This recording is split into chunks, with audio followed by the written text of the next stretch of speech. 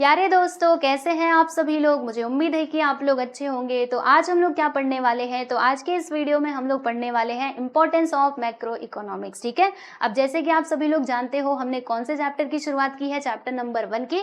और इसमें हमारे जो भी स्टार्टिंग के टॉपिक्स थे सारे के सारे हमने कवर कर लिए हैं। माइक्रो इकोनॉमिक्स के हमने स्कोप समझ लिए हैं, फिर फीचर्स, इंपॉर्टेंस सब कुछ हमने देख लिया है। और मैक्रो इकोनॉमिक्स में भी हमने मैक्रो इकोनॉमिक्स का जो स्कोप है वो भी हमने देख लिया है। इसके साथ ही जो फीचर्स है मैक्रो इकोनॉमिक्स है वो भी मैंने आपको पढ़ा दिए हैं। अब हमारा लास्ट टॉपिक बचता है इंपॉर्टेंस ऑफ मैक्रो इकोनॉमिक्स, जिसको हम यहाँ पर इस लेक्चर में समझने वाले हैं। ठीक है, तो चलो हम आ जाते हैं एकदम लास्ट वाले पेज पर। देखिए यहाँ पर ये रहे हमारे इंपॉर्टेंस ऑफ मैक्रो इकोनॉमिक्स। ठीक है, तो इसमें टोटल कितने पॉइंट्स दिए गए हैं अगर आप देखोगे ना, तो टोटल यहाँ पे 7 पॉइंट्स हम लोगों को पढ़ने हैं। चलो हम एक एक पॉइंट्स को अच्छे से डिस्कस करते हैं और समझते हुए चलते हैं, ताकि हमारा ये वाला जो टॉपिक है इंपॉर्टेंस ये भी कवर हो जाए। और यहाँ पे हम देखेंगे फर्स्ट पॉइंट हमारा क्या है दोस्तों, फंक्शनिंग ऑफ एन इकोनॉमी। बराबर, अब ऐसा क्यों कहा गया है, देखो मैं आपको बताती हूँ। ये जो हमारा मैक्रो इकोनॉमिक्स एनालिसिस है ना दोस्तों, ये हमारी हेल्प करता है। किस में हेल्प करता है, मतलब किस चीज को समझने में हमारी हेल्प करता है, तो ये ना हमें एक आइडिया देता है। किसके रिलेटेड आइडिया देता है, तो जो हमारे इकोनॉमिक सिस्टम है ना वो किस प्रकार से काम कर रहा है, अगर आप उसको समझना चाहते हो देन आपको क्या करना चाहिए, मैक्रो इकोनॉमिक एनालिसिस जो है उसका यूज करना चाहिए। ठीक है, तो आज जरा पढ़ते हैं। देखो क्या लिखा है, macro economic analysis gives us an idea of the functioning of economic system. और इतना ही नहीं, और भी चीजों में ये हेल्प करता है, समझिएगा।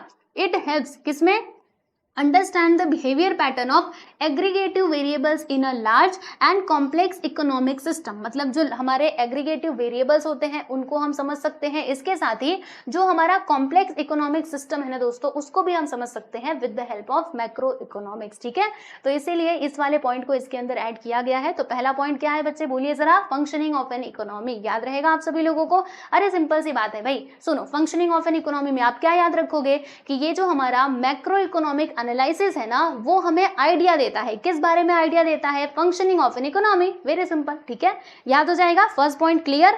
चलो अब हम बात करते हैं दोस्तों हमारे सेकंड पॉइंट की, which is economic fluctuations. Yes everyone, देखो जैसे अगर मैं नेशनल इनकम की बात करूं, या फिर आउटपुट की बात करूं, या फिर अगर मैं एम्प्लॉयमेंट की बात करूं, तो हम देखते हैं कि इसमें ना फ्लक्चुएशंस होते रहते हैं, अप्स एंड डाउन्स। कभी ज्यादा हो जाएगा, कभी मतलब कभी ऊपर चला जाएगा, कभी नीचे आ जाएगा। ठीक है, इस प्रकार से ये जो है पूरा प्रोसेस जो है वो चलता रहता है। ठीक है, तो अब मैक्रो इकोनॉमिक्स हमारी इसमें कैसे हेल्प करता है, तो देखो आपको बताती हुई, जो मैक्रो इकोनॉमिक्स है ना दोस्तों, ये हमारी हेल्प करता है। किसमें हेल्प करता है, ये जो फ्लक्चुएशन हो रहा है नेशनल इनकम में, जैसे नेशनल इनकम बढ़ा, ठीक है, पिछले साल बढ़ा था, इस साल कम कैसे हो गया। ठीक है, हम हर चीज का फिर पता लगाएंगे ना, जब हमें पता चलेगा कि नेशनल इनकम पहले तो इतना था, अब तो इतना ही हो गया, ठीक है, अब तो इतना कम हो गया। तो जब हम ये देखेंगे कि ये इतना पहले हमारा पिछले साल इतना था और अब तो ये डाउन की तरफ जा रहा है, तो इसके पीछे का क्या कारण है, उस चीज को हम समझ पाएंगे, है कि नहीं। तो इसमें हमारी मदद कौन करेगा, मैक्रो इकोनॉमिक्स। ठीक है, इसलिए क्या कहा गया है कि macro economics helps to analyse the causes of fluctuations in income. ठीक है, जो हमारा नेशनल इनकम है, जब भी मैक्रो इकोनॉमिक्स में आता है इनकम समझने का, वो है भाई नेशनल इनकम। ठीक है,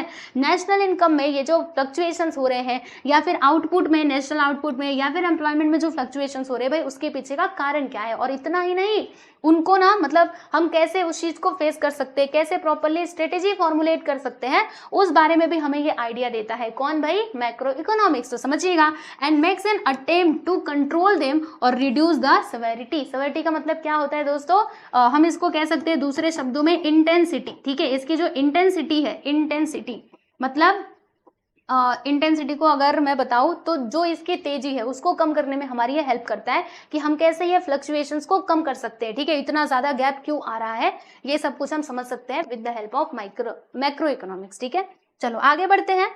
अब हम यहाँ पे बात करेंगे दोस्तों नेशनल इनकम की। ओके, तो नेशनल इनकम मतलब क्या होता है, आप सभी लोगों को पता है, पूरे देश की इनकम। ठीक है, तो समझेंगे इसको हम कि मैक्रो इकोनॉमिक्स जो है वो इसमें हमारी कैसे मदद करता है। देखो दोस्तों, मैं आपको एक बात बताती हूँ, अगर आपको ये मालूम नहीं रहेगा कि हमारी इनकम क्या है, ठीक है, अगर हमें यही नहीं पता कि हमारी इनकम क्या है, तो हम क्या करेंगे, ऐसे ही कुछ भी खर्चा करते रहेंगे, इधर उधर पैसा हम क्या करेंगे, मतलब ऐसे खर्चा करते रहेंगे। ठीक है, लेकिन हमें पता चल जाए कि ये हमारी इनकम है, तो तो उस हिसाब से हम क्या करेंगे, आप सोचो ना इंडिविजुअल लेवल पे, आप सोचिए कि किसी पर्सन को ये पता है कि उसकी सैलरी है 10,000, महीने के अंत में उसके हाथ में आने वाला है 10,000, तो वो क्या करेगा, वो उस हिसाब से अपनी प्लानिंग करेगा कि मुझे इतना पैसा इस पे खर्चा करना है, फिर इतना पैसा मुझे बिजली का बिल भरना है, ठीक है, इतने का राशन लाना है, ये सब कुछ डिसाइड करेगा, है ना। तो उसको ये सारी चीजें कैसे मालूम पड़ी, क्योंकि उसको उसका इनकम पता था। वैसे ही अगर हमारी सरकार को हमारे देश का नेशनल इनकम उनको पता रहेगा तो फिर क्या होगा, वो लोग बहुत आसानी से अच्छे से जो पॉलिसीज रहेंगी उनको फॉर्मुलेट कर सकते हैं, ठीक है ना।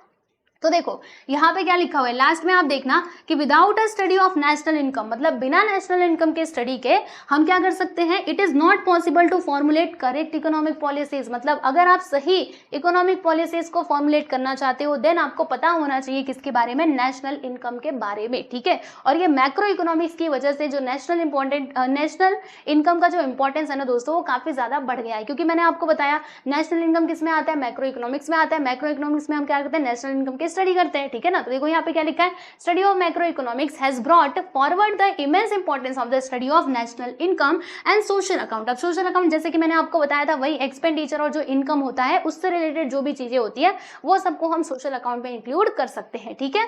समझ में आया। तो नेशनल इनकम बहुत इंपॉर्टेंट है और इसका इंपॉर्टेंस और भी बढ़ गया है बिकॉज ऑफ मैक्रो इकोनॉमिक्स, ठीक है, वेरी सिंपल। चलो आगे बढ़ते हैं। अब हम यहाँ पे बात करेंगे दोस्तों इकोनॉमिक डेवलपमेंट की। यस एवरीवन, देखिए क्या होता है ना कि advance studies in macro economics helps to understand the problems of developing countries such as poverty, inequalities of income and wealth, differences in the standard of living of the people. यानी कहने का मतलब क्या है, देखो मैक्रो इकोनॉमिक्स की मदद से हम क्या कर सकते हैं, जो भी हमारे ये प्रॉब्लम्स होती है ना, ठीक है, डेवलपिंग कंट्रीज की जो प्रॉब्लम होती है, जैसे हमारे यहाँ मतलब जो हमारा देश है ये क्या है दोस्तों, ये डेवलपिंग कंट्री है, यानी कि अभी हम डेवलप कर रहे हैं। हमारा जो पूरा डेवलपमेंट है ना वो हुआ नहीं है, बल्कि हम डेवलपिंग वाले प्रोसेस पे है, धीरे धीरे करके हमारा विकास हो रहा है, ठीक है। तो डेवलपिंग कंट्रीज की जो प्रॉब्लम्स होती है, जैसे कि अगर मैं बात करूँ पॉवर्टी की, है ना, गरीबी एक गंभीर समस्या है जिसका समाधान होना ही चाहिए। इसके साथ ही इनइक्वलिटीज ऑफ इनकम, जैसे कि हम देखते हैं हमारे यहाँ पे काफी ज्यादा इनइक्वलिटी हमें देखने के लिए मिलती है, ज्यादा मतलब बहुत ज्यादा पैसे वाले लोग भी आपको मिल जाएंगे और एकदम गरीब इंसान भी आपको मिल जाएगा, ठीक है। इसके साथ ही वेल्थ में भी जो इनइक्वलिटी है और जो लोगों का स्टैंडर्ड ऑफ लिविंग है उसमें भी हमें डिफरेंसेस देखने के लिए मिलते हैं कि कोई तो एक अपना रोड के किनारे घर बना के रह रहा है और कोई तो एकदम बहुत अच्छी मतलब बहुत अच्छा उसका घर है, काफी बंगला है, ठीक है। तो ये जो सारी चीजें हैं ना दोस्तों, उसको हम समझ सकते हैं, किसकी मदद से हम समझ सकते हैं, तो advance study of macro economics. समझ में आया। तो देखो यहाँ पे वही बातें दी गई हैं, आप पढ़ लेना इसको। और क्या करता है, देखो आप ना ये कारण तो आप समझोगे, मतलब जो ये सब कुछ हो रहा है हमारे देश में, मतलब जो डेवलपिंग कंट्रीज की प्रॉब्लम्स है, जैसे कि पॉवर्टी हो गया, फिर ये इनइक्वलिटीज हो गया, राइट। तो ये सब कुछ आप समझ सकते हो, लेकिन इतना ही नहीं, समझने के बाद ये क्या करता है, ये हमारी हेल्प भी करता है। किस में हेल्प करता है, तो ये ना हमको सजेस्ट करता है important steps to achieve economic development, यानी हम किस प्रकार से इकोनॉमिक डेवलपमेंट को अचीव कर सकते हैं, इसके बारे में ये सजेशन भी देता है, ठीक है। तो आप सोच सकते हो कि मैक्रो इकोनॉमिक्स कितना इंपॉर्टेंट है, राइट। समझ में आ गया। तो ये था हमारा पॉइंट नंबर 4। एक बार मैं फटाफट से इसको रीड कर लेती हूँ। तो देखिए क्या लिखा है, Advanced studies in macroeconomics helps to understand the problems of developing countries such as poverty, inequalities of income and wealth, differences in the standard of living of the people, ठीक है। And also it suggests important steps to achieve economic development, ठीक है। Clear हुआ। तो ये था बच्चों हमारा 4th पॉइंट। अब हम बात करेंगे हमारे अगले point which is point number 4, ठीक है, जो क्या है, परफॉर्मेंस ऑफ एन इकोनॉमी। अब ये क्या है भाई, इसमें तो हमें कुछ समझ में नहीं आ रहा। अरे चिंता मत करो, पढ़ोगे ना तो समझ में आ जाएगा, ठीक है, पढ़ने से सारी बातें समझ में आ जाएंगी। तो देखते हैं इसमें क्या लिखा हुआ है, पढ़ेंगे जरा। परफॉर्मेंस ऑफ एन इकोनॉमी, ठीक है। So macroeconomics help us to analyse the performance of an economy. जैसे कि मैंने आपको बताया दोस्तों, मैक्रो इकोनॉमिक्स किस में हमारी हेल्प करता है, नेशनल इनकम को समझने में हमारी हेल्प करता है। तो अगर आप नेशनल इनकम को समझ चाहते हो तो कहीं ना कहीं आपको मालूम पड़ जाएगा कि हमारा जो कंट्री में इकोनॉमिक मतलब जो इकोनॉमी है ना उसका परफॉर्मेंस क्या रहा है, अच्छा रहा है, बुरा रहा है, ये आप इजीली समझ सकते हो। इसीलिए बोला गया है कि macro economics helps to analyse the performance of an economy, ठीक है। और समझिएगा, national income estimates are used to measure the performance of an economy over एक minute, over time by comparing the production of goods and services in one period with that of the other period. यानी कहने का मतलब क्या है, देखो आपको बताती हूँ, नेशनल इनकम एक्चुअली में क्या होता है, हमारे पूरे देश की इनकम, ठीक है। तो अगर आप नेशनल इनकम को समझ जाते हो तो हमारे कंट्री में जो परफॉर्मेंस है, इकोनॉमी परफॉर्मेंस, आप उसको समझ सकते हो, ठीक है। तो अब कहीं ना कहीं जो नेशनल इनकम है वो किससे रिलेटेड है, मैक्रो इकोनॉमिक्स से रिलेटेड है, इसीलिए इसके इस वाले पॉइंट को क्या किया गया है, इंपॉर्टेंस ऑफ मैक्रो इकोनॉमिक्स में ऐड किया गया है। समझ में आया आप सभी लोगों को?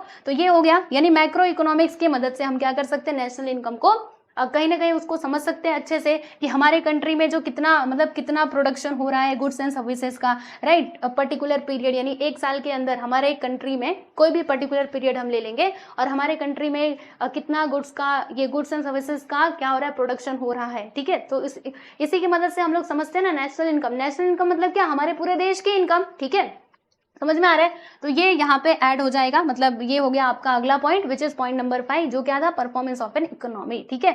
सिंपल सी बात है, मैक्रो इकोनॉमिक्स की मदद से हम हमारे इकोनॉमी के परफॉर्मेंस को समझ सकते हैं, ठीक है, क्योंकि नेशनल इनकम किस में आता है, मैक्रो इकोनॉमिक्स में आता है, ठीक है। चलो अब यहाँ पे लास्ट के 2 पॉइंट्स हम फटाफट से देखेंगे। छठवां पॉइंट है हमारा study of macro economic variables, यानी जो मैक्रो इकोनॉमिक वेरिएबल्स है दोस्तों, उनको हम कहाँ पे स्टडी करते हैं, इसी में तो स्टडी करते हैं, जैसे कि पॉवर्टी हो गया, अनएम्प्लॉयमेंट हो गया, फिर और क्या आ जाएगा इसके अंदर, इन्फ्लेशन, डिफ्लेशन, सब कुछ इसमें आ जाएगा, ठीक है। तो देखेंगे जरा, चलिए। To understand the working of the economy, study of macro economic variables are important, यानी कि अगर आपको समझना है, क्या समझना है, आपके इकोनॉमी के वर्किंग को समझना है, देन आपको क्या करना पड़ेगा, जो हमारे मैक्रो इकोनॉमिक वेरिएबल्स हैं उनको स्टडी करना पड़ेगा। दिस इज वेरी इंपॉर्टेंट, ठीक है। And main economic problems are related to the economic variables such as behaviour of total income, ठीक है, इसे आपको समझना पड़ेगा। फिर आउटपुट, उसके साथ ही employment and general price level in the economy, ठीक है। देखो लगभग अगर देखा जाए तो सारे पॉइंट्स में ना मतलब वही सारी बातें दी गई है, ठीक है, मतलब पूरा सेम टू सेम नहीं है, लेकिन कहीं ना कहीं रिलेटेड तो है, तो आप इसको रिलेट करके समझ सकते हो, ठीक है। पॉइंट देखो, पॉइंट से ही आप ना अंदाजा लगा सकते हो कि इसके अंदर क्या होना चाहिए। क्या लिखा है, study of macro economic variables. तो मैक्रो इकोनॉमिक वेरिएबल्स क्या होते हैं भाई, हमारा नेशनल इनकम होता है, फिर टोटल आउटपुट होता है, एम्प्लॉयमेंट होता है, फिर इन्फ्लेशन, डिफ्लेशन, ये सब कुछ किस में आता है, पॉवर्टी किस में आता है, सब इसमें आता है, ये सब के हम स्टडी करते हैं किसमें, मैक्रो इकोनॉमिक्स में। तो ये सभी मैक्रो इकोनॉमिक के वेरिएबल्स हैं, ठीक है। चलो नेक्स्ट हम यहाँ पे बात करने वाले हैं लेवल ऑफ एम्प्लॉयमेंट की। तो यस एवरीवन, पढ़ लो इसको, समझ जाओगे। Macro economics has to analyse the general level of employment and output in an economy, यानी कि जो मैक्रो इकोनॉमिक्स है दोस्तों, ये हमारी क्या समझने में हेल्प करता है, किस चीज को एनालाइज करने में हेल्प करता है, तो general level of employment, employment का जनरल लेवल, और इसी के साथ ही हमारे इकोनॉमी का जो आउटपुट होता है उसको समझने में ये हमारी हेल्प करता है, ठीक है। क्लियर हुआ? तो टोटल यहाँ पे इंपॉर्टेंस में हमने कितने पॉइंट्स देखे, 7 पॉइंट्स देखे, तो आप इनको अच्छे से समझ लेना, और जो इसका मीनिंग और डेफिनेशन है आप याद कर लीजिएगा। मीनिंग एंड डेफिनेशन लगभग आपके हर एक आंसर में काम आएगा, है ना।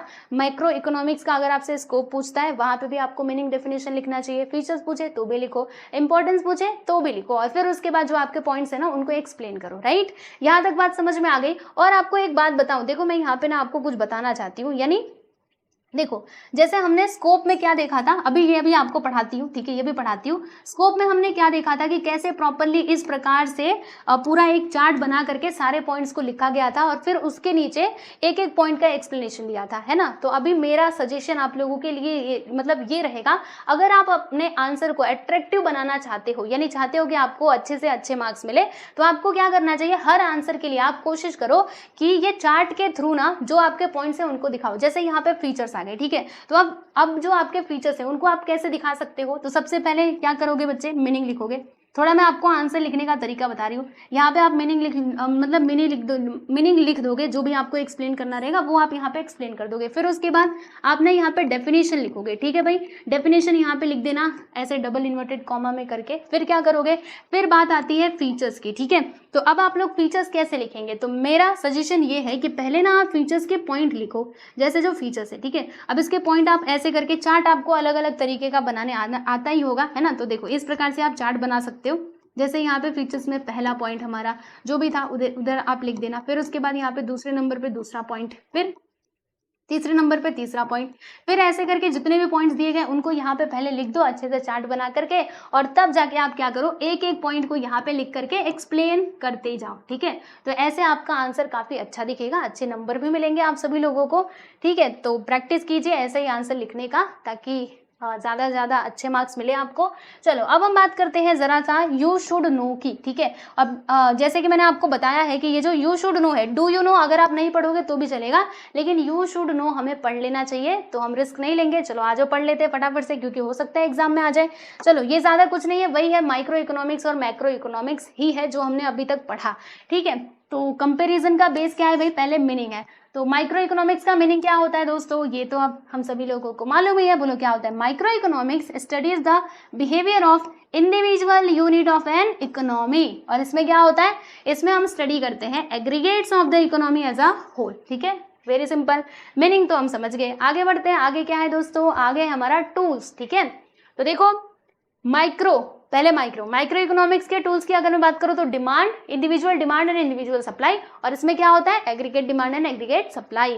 फिर अगला है स्कोप, तो इसके स्कोप में क्या क्या आ जाएगा, याद करो कौन कौन सी थियरी थी, डिमांड सप्लाई, फिर प्रोडक्ट प्राइसिंग है ना, प्रोडक्ट प्राइसिंग हमने देखा था, फिर फैक्टर प्राइसिंग हमने देखा था जिसमें फैक्टर्स ऑफ प्रोडक्शन आ रहे थे, फिर कंजम्पशन, यहाँ देखो प्रोडक्शन, कंजम्पशन, इकोनॉमिक वेलफेयर, ये सब कुछ इसमें आता था स्कोप में।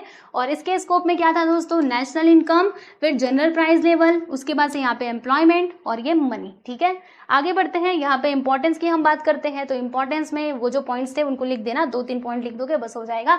तो प्राइस डिटर्मिनेशन, जैसे कि हमने देखा था हमारा जो माइक्रो इकोनॉमिक्स है उसमें हमने इंपॉर्टेंस में देखा था ना प्राइस डिटर्मिनेशन, क्योंकि प्राइस डिटर्मिनेशन में हमारी हेल्प करता है, चाहे वो प्रोडक्ट प्राइसिंग हो या फिर फैक्टर प्राइसिंग हो। फिर उसके बाद मॉडल बिल्डिंग है ना, जो हमारे इकोनॉमिक मॉडल थे वो किस में आते थे भाई, इसमें आते थे, ठीक है। फिर उसके बाद यहाँ पे बिजनेस डिसीजन, राइट, बिजनेस के रिलेटेड अगर आपको डिसीजन लेना है कि हमें क्या प्रोड्यूस करना चाहिए, कैसे प्रोड्यूस करना चाहिए, तो वहां पे आप यूज करोगे ये सब माइक्रो इकोनॉमिक्स का। लेकिन अगर आपको होल इकोनॉमी में, मतलब पूरे इकोनॉमी की स्टडी करनी है, वहां पे डिसीजन लेना है, देन आपको स्टडी करना पड़ेगा मैक्रो इकोनॉमिक्स का, ठीक है। मतलब जब आप होल की स्टडी कर रहे हो तो वो मैक्रो इकोनॉमिक्स के अंदर आ जाता है, और जब आप इंडिविजुअल लेवल पे स्टडी कर रहे हो तो माइक्रो इकोनॉमिक्स में आ जाता है, ठीक है। तो economic fluctuation, study of individual income, study economic development, ये सब कुछ किस में आता है, मैक्रो इकोनॉमिक्स में। फिर यहाँ पे थियरी हम देखेंगे, तो ये थियरी है हमारा प्राइस थियरी, जबकि ये है दोस्तों इनकम एंड एम्प्लॉयमेंट थियरी, कौन, मैक्रो इकोनॉमिक्स। एग्जाम्पल देखेंगे, इंडिविजुअल इनकम, इंडिविजुअल आउटपुट, ये किस में आता है, इंडिविजुअल यानी एक अकेला, माइक्रो इकोनॉमिक्स। और नेशनल इनकम, नेशनल आउटपुट, बोलो क्या होगा, मैक्रो इकोनॉमिक्स, ठीक है दोस्तों। ये माइक्रो वो मैक्रो, ठीक है, क्लियर हुआ। तो यहाँ पर हमने फाइनली ये जो हमारा चैप्टर नंबर 1 है बच्चे, वो हमने कंप्लीट कर लिया। तो टोटल मैंने कितने लेक्चर्स में ये पूरा चैप्टर कंप्लीट किया आपको बता देती हूँ, 7 लेक्चर्स में, ठीक है। तो फर्स्ट लेक्चर में हमने इंट्रोडक्शन देखा था, बता देती हूँ एक बार जल्दी से। फर्स्ट लेक्चर में इंट्रोडक्शन देखा था, सेकेंड में हमने देखा था, क्या देखा था, स्कोप ऑफ माइक्रो इकोनॉमिक्स, और उसके साथ मीनिंग एंड डेफिनेशन भी। फिर उसके बाद हमने बात की थी लेक्चर नंबर 3 में features of micro economics, then हमने समझा था इंपॉर्टेंस ऑफ माइक्रो इकोनॉमिक्स। फिर माइक्रो इकोनॉमिक्स हमने पढ़ा था कौन से लेक्चर में, लेक्चर नंबर 5 में शायद से, है ना, आप देख लेना, सारे लेक्चर्स अवेलेबल है। फिर उसके बाद इंपॉर्टेंस, स्कोप देखा था, स्कोप, फिर फीचर्स देखा था, एंड देन हमने ये इंपॉर्टेंस देख लिया इस लेक्चर में, ठीक है। अब उसके बाद क्या आता है भाई, इसका एक्सरसाइज आ जाता है, ठीक है। तो एक्सरसाइज की भी प्रैक्टिस आप लोग कर सकते हो। बाकी अगर आप चाहेंगे ना तो मैं आपको एक्सरसाइज में ये जो भी हमारे क्वेश्चन दिए गए इनके भी आंसर प्रोवाइड करा दूंगी, ठीक है। तो मुझे कमेंट सेक्शन में बताओ, चाहिए क्या, बताना जरूर, हाँ। फिर मैं सारे एक्सरसाइज भी करवा दूंगी और एक प्लेलिस्ट बना दूंगी एक्सरसाइज की, जिसमें सारे क्वेश्चंस के आंसर आपको मिलेंगे और पूरा प्रॉपरली अच्छे से लिख के पीडीएफ फॉर्मेट में, ठीक है। और आपको बताऊं, मैं आप लोग को इकोनॉमिक्स के साथ ही ये जो आपका अकाउंट सब्जेक्ट है वो भी पढ़ाती हूँ। तो आप लोग क्या कर सकते हो, जो हमारा चैनल है उसके प्लेलिस्ट में जाना, वहाँ पे जाकर के आप लोग अकाउंट्स के सारे वीडियोस देख सकते हो। मैंने क्लास 12th अकाउंट्स का पूरा चैप्टर 1 से लेकर के 10 तक के सारे चैप्टर्स को कंप्लीट करवा दिया है, और प्रॉपरली डिटेल एक्सप्लेनेशन के साथ, मतलब कोई भी पॉइंट आपका छूटा नहीं है। अगर आप अच्छे से उनकी स्टडी करोगे ना तो फिर आपको अकाउंट्स के लिए कहीं पर भटकना नहीं पड़ेगा, आपका सारा सब कुछ वहीं से कवर हो जाएगा, ठीक है। तो आप जरूर पढ़िएगा, और आज के लिए इतना ही, मिलते हैं नेक्स्ट वीडियो में, बाय एवरीवन।